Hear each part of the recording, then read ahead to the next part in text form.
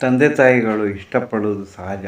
ನಾವೇನು ಸಾಧಿಸೋಕ್ಕಾಗಿಲ್ಲ ನಮ್ಮ ಕಾಲದಲ್ಲಿ, ನಮ್ಮ ಮಕ್ಕಳಾದ್ರು ಚೆನ್ನಾಗಿರಲಿ ಅನ್ನೋದು ಅವರ ಅಭಿಲಾಷೆ. ಅದಕ್ಕೆ ಮಕ್ಕಳು ಉನ್ನತ ಮಟ್ಟಕ್ಕೆ ಹೋಗೋಕ್ಕೆ ಡಾಕ್ಟ್ರು ಓದಬೇಕು, ಇಂಜಿನಿಯರಿಂಗ್ ಓದಬೇಕು, IAS, IPS ಅಂತೆಲ್ಲ ಕನಸುಗಳನ್ನು ಕಟ್ಕೊಂಡಿರ್ತಾರೆ. ಮಕ್ಕಳು ಅದನ್ನು ನೆರವೇರ್ಸೋಕ್ಕೆ ಪ್ರಯತ್ನ ಪಡ್ತಾರೆ ಅಂತ ಇಟ್ಕೊಳ್ಳಿ.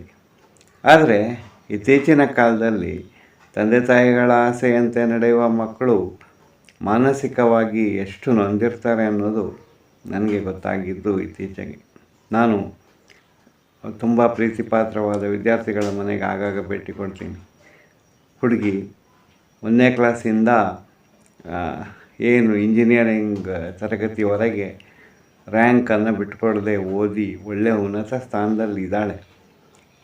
ಅವಳನ್ನು ಭೇಟಿ ಮಾಡಿದಾಗ ತುಂಬ ಮಂಕಾಗಿದ್ಲು.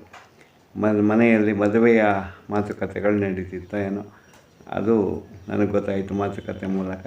ಏನಮ್ಮ, ಅಪ್ಪ ಅಮ್ಮ ನಿನ್ನನ್ನು ಬಂದವರ ಮುಂದೆ ಎಲ್ಲ ಒಳ್ಳೆ ಮಗಳು ಇವಳು, 100ಕ್ಕೆ 100 ನೋಡಿ ಎಲ್ಲ ವಿಷಯದಲ್ಲೂ 1ನೇ ಕ್ಲಾಸಿಂದ ಹಿಡಿದು ಇಂಜಿನಿಯರಿಂಗ್ವರೆಗೆ ಅಂತ ಹೆಮ್ಮೆಯಿಂದ ನಿನ್ನ ಸರ್ಟಿಫಿಕೇಟ್ಗಳನ್ನೆಲ್ಲ ತೋರಿಸುವಾಗ ನಿನಗೆ ಯಾಕೆ ಹೆಮ್ಮೆ ಇಲ್ಲ ಅಂತ ಕೇಳಿದೆ.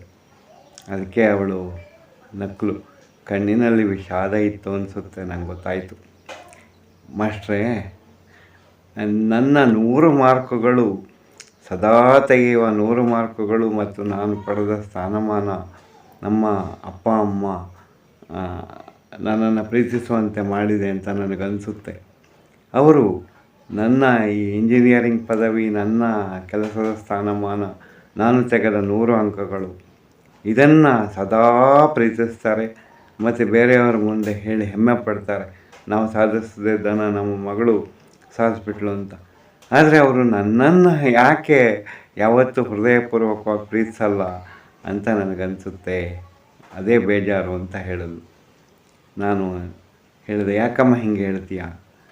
ನನ್ನ ಫ್ರೆಂಡ್ ಒಬ್ಬಳು ಹಳ್ಳಿಯಲ್ಲಿದ್ದಾಳೆ, ಓದಿನಲ್ಲಿ ತುಂಬ ಹಿಂದುಳಿದವಳು. ಕೃಷಿ ಅವರ ಮುಖ್ಯ ಕುಟುಂಬ ಆಗಿತ್ತು.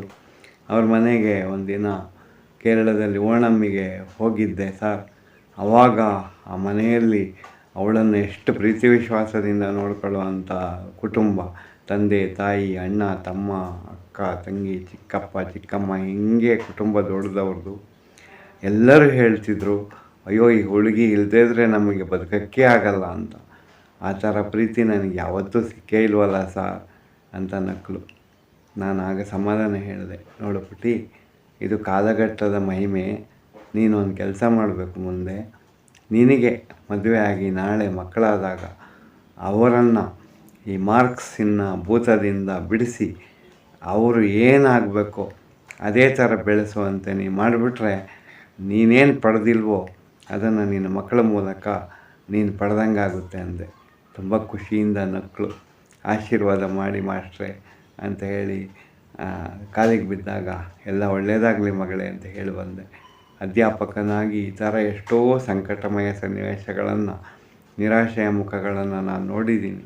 ಇದು ಯಾವಾಗ ಬದಲಾಗೋದು? ನಮಸ್ತೆ.